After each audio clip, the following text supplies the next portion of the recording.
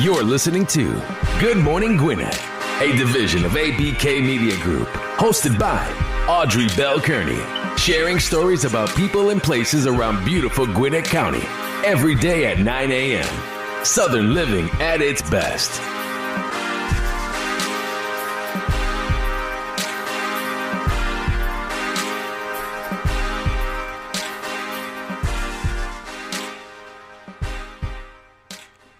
Good morning, and welcome to another edition of Good Morning Gwinnett. I'm your host, Audrey Bell Kearney, right here in beautiful Gwinnett County on a pretty cold day this day. It's like 39 degrees outside.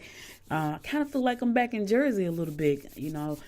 Jersey right now probably is about 12, so not really Jersey, but here in Gwinnett. Listen, got a great guest for you today on Good Morning Gwinnett. She is a leadership coach, and she's going to be talking to us about how to go about changing your life, especially when you have a difficult upbringing. A lot of us let our upbringing pretty much control our destiny for the rest of our lives. And I know I talked about this last week with Georgette Taylor, who also was kind of in the same space. But we're coming into a new year, and a lot of time people are going to be making vision boards and writing out new goals and new plans and changing things around. So in order to do those things, you got to have a different mindset. You have to change the way you think about things so the things that you think about change. So we're going to be talking to, now listen, I don't want to mess up her name, so I'm going to say Aura Coe.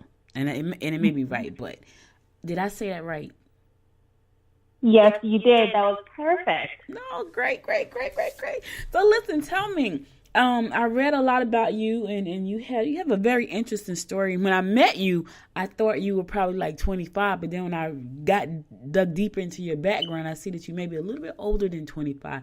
So tell me a little bit how you got to Gwinnett County, how you got to the States, because I know you were not born here, but your family came here from somewhere else. Tell me a little bit about your background and where you come from and how you got to Gwinnett. All right. Well, I am from Korea, and our family and we moved here to Georgia back in 1991. I was raised in the Tucker area, and we moved to Gwinnett when I was a senior in high school, so that was back in 1999, 2000, around there. So I was living in Gwinnett for that long, and I actually went into dentistry after trying a bunch of other stuff, trying to find what my passion is. And I don't know if you got to read my little bio on my website, but, I never thought that school was for me. My upbringing just didn't really condition me to think that was possible for me, because we grew up in a low income household, and so I was never able to really get anything that I wanted, and my parents couldn't provide me with much. So I went into dentistry after having some bad experiences with dentistry myself and for my parents, and I thought that after a while of doing dentistry, which I love, but it was just not enough for me. And another thing that I was very passionate about was personal growth, because that's really what helped me to become the person that I am today. And I always wanted to reach out to other people and help them as well. I just didn't know how to go about that. And so I decided to get a certification so that I can reach out to people and kind of help them to rise up to their full potential. So now you said that you came from Korea. How old were you when you moved from Korea? I was 9. And just so that you were wondering earlier, I am 36 years old, not 25. I wish I was, but... And I got to tell you, when I met her, I said to myself, okay, she's a leadership coach. How old is she? Like 25? But she gave a really great session. And I said to myself, I want her card because I want to have her on the show, because she was saying things that were so mature. And I know she had done some personal development because I've been doing it for 20 years or more. And so I said to myself, no, she knows her stuff.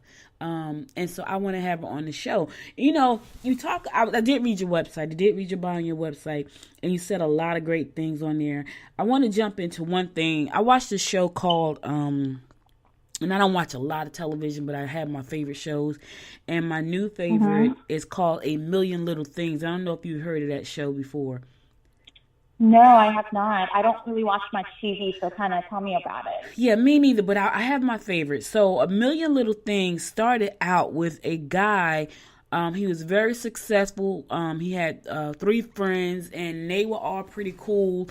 And they got together all the time, and they did things together, and they all loved hockey. So it's 3 white guys, and there's 1 black guy on there.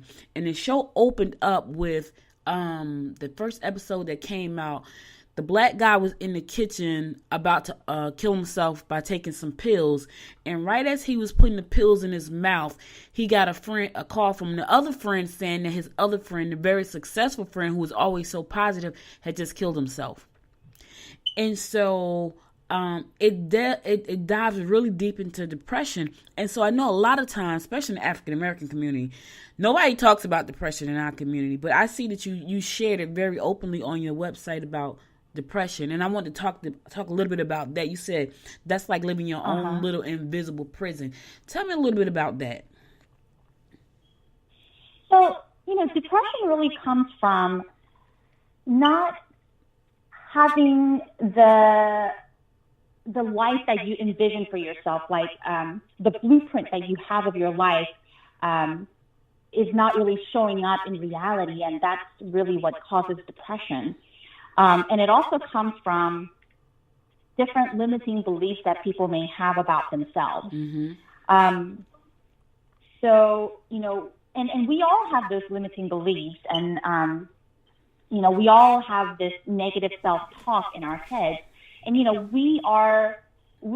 there's so many distractions in today's world with social media and, all kinds of stuff that people end up comparing themselves with everybody else, thinking that everybody else has a happier life than them.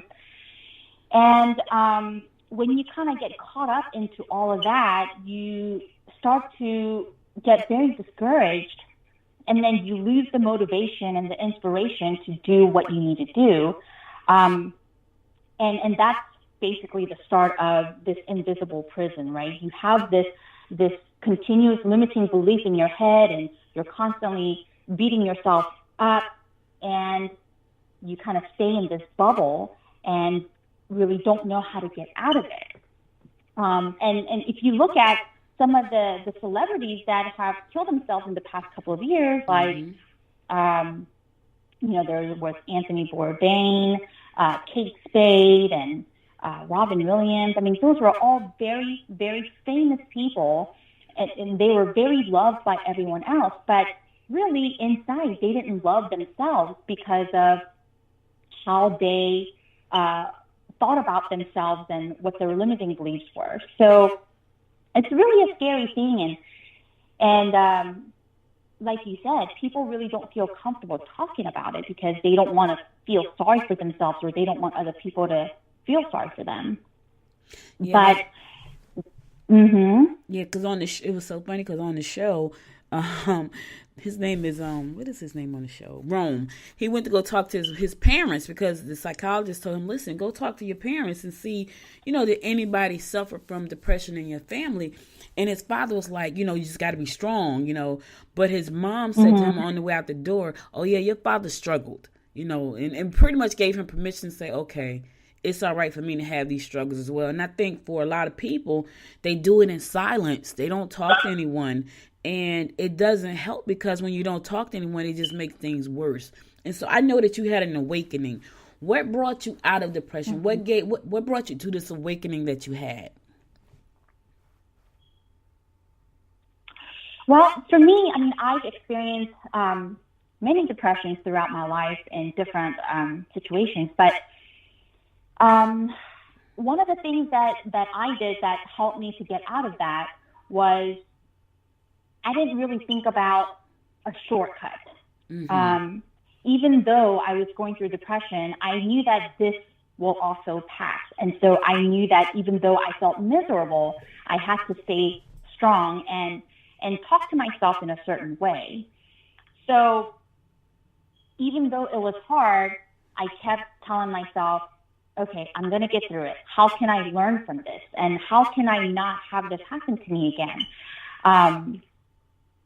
And, you know, there was obviously a lot of prayers, and I really kept myself busy, you know, taking myself outside. Maybe I had a couple of different jobs. I just kind of really immersed myself into something that'll get me out of thinking about depression. Because a lot of people, when they are in depression, they tend to isolate themselves and just kind of, you know, put themselves in a corner of the room and cry, or, you know, constantly have all of these negative thoughts. And that will only intensify the situation and the emotions that you're feeling. And that causes make really bad decisions. And, you know, when you just said earlier about, oh, if there's a history of depression in your family, then that's probably why you have depression too. Well, you know, I don't really agree with that, because although it may be in the family, it doesn't mean that you can't control it. So you can't really rely on your genetic makeup and think that there's nothing that you can do, because there's so much that you can do to get out of that. But first, you have to be aware of that fact, and you have to make the unconscious conscious. How do you do that? How do you make the unconscious conscious? So some of the things that you can do is really just educate yourself. What I did was I listened to a lot of audios or videos of talking about those different topics. I read a lot of books about human psychology and how it works. Because, you know, you don't know what you don't know, right? You've heard of that before, everybody did. And when you just kind of accept that as is, then you're not going to really seek out for answers that you might want in your life. So if you're not satisfied with where you are today and you feel depressed or you feel upset or unhappy, the only way you can make the unconscious conscious is to seek out the information. Maybe go find somebody that you can really talk to, find a mentor, a coach, or go read some books about it. Or, you know, there are endless amounts of information that you can find on the internet, on YouTube, books and audiobooks, podcasts. I mean, the possibilities are endless. But you have to be willing to seek out the information. You know, how badly do you want change? You know, some people just like to wallow in their stuff. I'm just going to say it. And so there are so many resources out there right now that can help them. But I think they just, some people just like to wallow in their stuff. And so instead of seeking out those resources, they continue to wallow. And I think it's a way of getting attention. Like even like I think it's a way of getting attention. So what do you think about that? So, you know, when people just wallow in their sadness and yes, it is really a way to get attention, because some people are conditioned in that way. So for instance, I knew this one lady who went through a lot of depression throughout her life. And she told me that one of the things that she experienced as a child was that she didn't really get a lot of love, like from her parents, or she didn't really have many friends. And, you know, her family was just too busy trying to survive. And she was kind of spending a lot of time alone, and she was kind of desperate for attention. Not that she was aware of it as a child, but then when she got sick, that's when she got all of these attention. And so in her mind, she was conditioned to think oh my goodness, if I'm sick, that's how I can get love. So throughout her whole life, she was unknowingly seeking to be sick. So, and you know, your subconscious mind is so powerful. It'll give you whatever you think and ask. So if you keep telling yourself, I'm unhappy, I'm unhappy, I'm unhappy, I'm sick, I'm sick, I'm sick, eventually your brain, your mind is going to provide that for you in one way or another. So this lady has been sick her whole life, and she's gotten so much attention from it. And then later on, she somehow realized that this was not the way to live, and then she, you know, and now she's a happy, healthy person. But a lot of people, they unknowingly wallow in their sadness to get the love that they felt like they really didn't get in their life. You know, you talk about living with intention. What does that mean? Because I know that what you're saying is absolutely true. But how do people change that? How do they start to live a life? Because let me tell you, when The Secret came out, someone said it was a phenomenal thing. Everybody was watching The Secret. It was a secret everywhere. And I'm telling you, my husband and I, well, he was kind of forced to watch it, but I might have watched it every night, probably for a month, because it was so amazing. You know, what you think about, you bring about, you know, focus on the good things, focus on the parking spaces. So I started doing all the little things in The Secret because, hey, this was working for people, so it could work for me. But I also learned that you have to live your life. If you want a great life, you have to set that intention. How do you go about setting that intention to live the life you want to live? Okay, so for instance, what I experienced from, you know, just working with people and just watching how others live, and you probably know this too, that a lot of people, when it comes to their job, they are a perfectionist, right? They write down notes, and they're constantly reading upon how to do a better job, how to, you know, get a promotion, and they're so structured when it comes to their career, their jobs. But they don't really do that for their personal life. So for instance, how to live intentionally. You know, you have to have clarity of exactly what you want. So your mind doesn't really process the negatives. And what I mean by that is, if I say, Audrey, don't think about an elephant with blue ears and red, you know, toenails, then then what do you immediately think of? I think of this elephant with these blue ears and red toenails, and it's very vivid. Right. So when you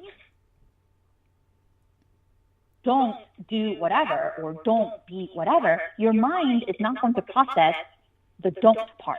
So the more you focus on what you don't want, which is what most people do, then that's exactly what they're going to get more in their life.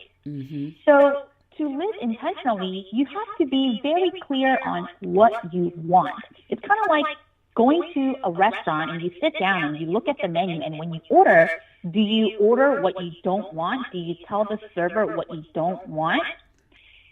No. First,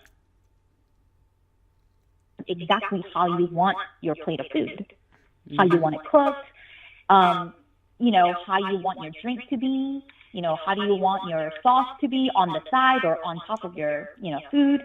So every time we go out to a restaurant or go shopping, we go there with the intention of getting what you want, right? And then we go out there and get it.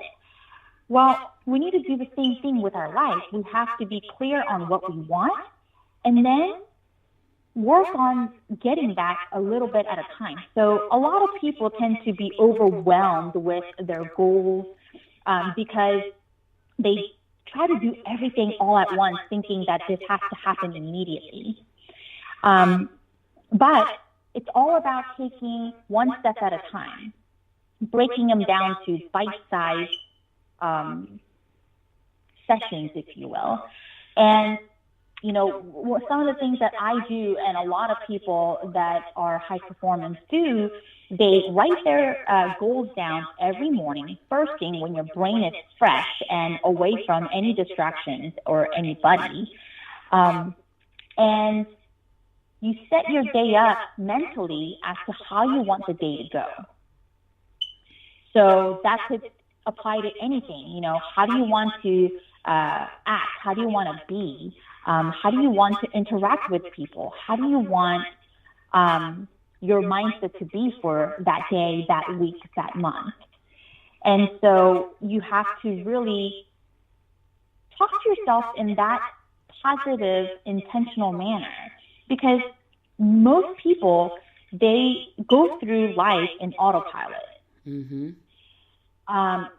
Some of the things that most people do on a daily basis the moment they wake up is they roll over and they grab their phones and they start looking at social media. They start responding to emails. They start their day with watching the news, which is nothing but all the negative things that are happening around the world. Yes. So when you are constantly in a reactive mode, you're constantly responding to other people's posts, other people's news, other people's happenings, you're constantly reacting, then you kind of run out of space in your mind to be intentional. Mm-hmm. Mm-hmm. So to stay away from email, stay away from your phone, stay away from the computer the first hour of your day. And let that first hour be your time to quiet your mind down and just really think about what you want out of the day. Because when you do that, then your day will turn out to be great. But when you start your day by reacting to everything, then that's how you're going to spend your rest of your day. And you're going to end up reacting to everything. That is so true. You know, I did a lot of personal development this year. I mean, a lot. I've lost 94 pounds. I went and got braces on my teeth. All of the things that I felt like I was kind of holding me back. I said, you know what? I'm going to live intentionally. I'm going to do the things I want to do. I'm not going to do the things that I don't want to do. That's another thing, you know, not doing things that you really don't want to do. And it's so funny because people tend to look at you differently when you say no about things. And I'm not a yes person. I'm not a yes person, but I am a very giving person. I'm the person that if something goes wrong, you know, I want to fix it. I'm a fixer. You know, I'm a problem solver. By nature, that's just who I am. But I realized I had to say no to a lot of things and start saying yes to myself. So I did a lot of things this year. I lost almost 100 pounds so far. And wow. Yeah, and I got these braces on my teeth that makes it kind of difficult for me to talk sometimes. But I have been doing personal development for years, and like you said, you have to set that intention. You know, I have the intention on my wall, like, you know what I mean. So I have affirmations on my screen on my phone. I have my goals on my wall in my bedroom. I have stuff in the bathroom. I have it everywhere. And so you're right about that. People have to decide what they want and be clear about that. Now, here's the other thing, Ari, and you can kind of speak to this real quick. Clarity. A lot of people don't know what the heck they want. They just know they want a better life, but they don't know exactly what that means. You know, for most people, it's getting out of debt. And then for rich people, I can't even tell you what that could probably be, because for most people that I know, it's like, hey, I want to make more money. I want to go on a vacation. I want to get out of debt. I can't even imagine what it is that someone who's wealthy could want, you know, outside of love. Like, we all want love. We all want, you know, that's just a human need. Love is just a human need. But how does one get to clarity when they just don't have a clue about what it is they really, really want? Like, I know they have to probably do some soul searching some kind of way. What are some steps to get to clarity? So you're right. I mean, people just have very vague wishes, right? I want more money. Well, what's more money? Well, here's $1. There's more money, you know? Right.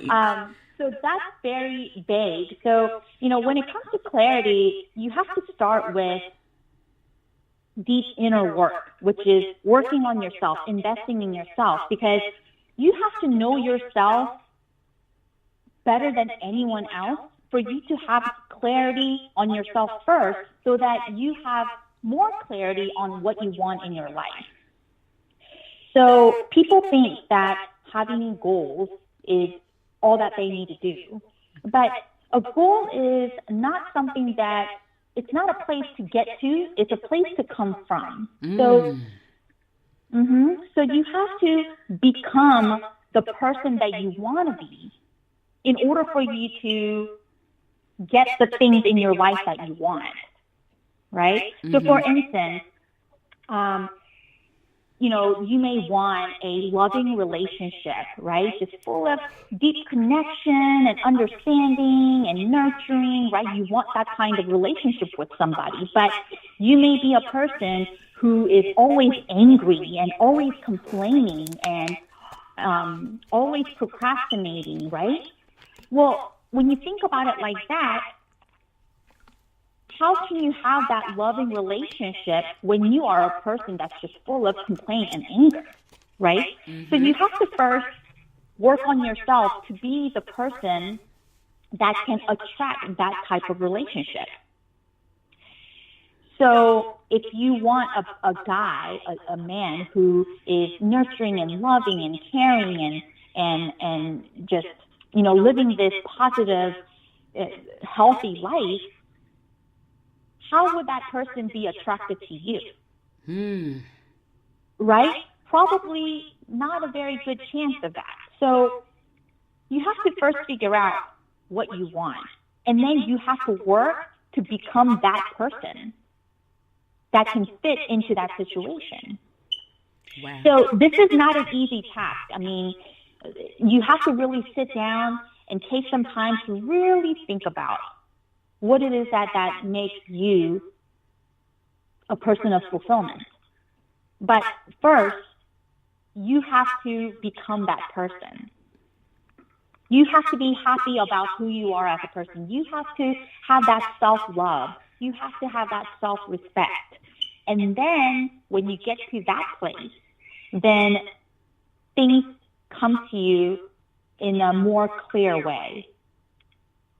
Because the more you are self-aware, go ahead, I'm sorry. No, go ahead. Finish, and I'll tell you what I was about to say. Go ahead. I was going to say, the you have of yourself, the more awareness you'll have with anything that's outside of you, with other people, other circumstances, other things. And when you have more awareness, that's when clarity comes. I heard Jack Canfield, and we're almost out of time, but I heard Jack Canfield say one time, and I think it was a speech or someone was interviewing him or something, but he said you had to act a part. And he said every year, he went to a party, and at this party, you had to come to the party as the person you wanted to be. And so everybody at the party was the person they wanted to be, whether it was a famous author, a successful business person, and they talked to each other as if they were that person. So we're at the party, and you want to be an author, and I'm saying, oh my God, your book is a #1 bestseller, and you're like, thank you so much, and I got there because of whatever, or I just bought this Rolex watch, how do you like it? Even though they didn't have a watch on at all, it was a dream. So he said they had to come to the party, and they had to act the part of who they wanted to be. I thought that was so cool, to be able to do that. So you're right about that. You have to act the part. I got to tell you something before we go, and I want you to tell people how to reach out to you, but I want a Tesla, right? That's one of my dreams, to have a Tesla. And so I said to my husband recently, I was like, we should go to the Tesla dealership so I can sit in the Tesla and see what it actually feels like. And he's looking at me like I'm crazy. He's like I have 2 heads or something, but I'm serious about that. So he's on vacation for Christmas, and that's what we're going to do. We're going to go to the Tesla dealership up in Decatur, and I'm going to sit and test drive a Tesla because I want one. And so, that's a big dream for me because I never had a luxury car because I never really wanted one. My brother has always had a luxury car. That has always been his thing. And I've been pretty pretty conservative. Someone told me I was conservative. And I didn't realize I was conservative. I just like, you know what? As long as I got a great car that I can get around with, I'm cool. But when I started reading up about the Tesla and, the benefits of owning one and, all that kind of stuff, I was like, I want a Tesla. It's going to help the environment. And, and it's also, I'm just going to be straight up honest, it's also a sign of success for some people. Like, because if you can own a Tesla, you must be doing pretty okay. So that's one of my goals, is to have a Tesla. So I'm going to go test drive one. Listen, this has been a great interview, and thank you so much for sharing so much wealth of information with my listeners. I'm sure they're going to get a lot out of it. Now, how can they reach out to you if they want more information and to contact with you so that you can help them move forward in 2019? Right. So they can go to my website, www.aura-co.com, or I'm on all social media at AuraCo Coaching. And, whoever is really wanting to improve their life, I would love to have a powerful conversation with them and see where I can help them and navigate their mindset. Because, the way you speak to yourself is the way you see your world. And the way you see your world creates the behaviors that determines the quality of your life. Say that again.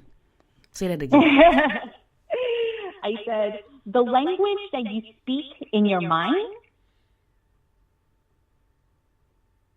see your world. And the way you see your world creates different behaviors, which creates the quality of your life. And a lot of people need to know. So it all starts... I was just about to say, and that's so true. And people need to realize too, you invest in everything else. Invest in yourself. You know what I mean? She, go to her site. I've been to her site. She has very affordable fees, and you need to make that investment. If you go and buy Starbucks coffee every day and add that up, that's a coaching session with Aura. For real. Exactly. That's a coaching session. That's something that's going to really help you better your life. Take the time to think. If you spend $300 on your hair, because I know people that do, a month on hair, go spend some time to fix yourself. It's not your hair. You are not your hair. That's what India.Arie said. You are not your hair. Yes. You are not your hair. That's the quote, India.Arie. So listen again. You can reach her at Aura, ARA-co.com. Thank you again so much for being my guest. I look forward to just getting to know you better. I am a member of the chamber now, so I'll be at all the events. If you are not a member of the Gwinnett Chamber, you want to go there and check them out, because they have so many great opportunities for you to grow your business. And they're not paying me to say this. I just know that they do.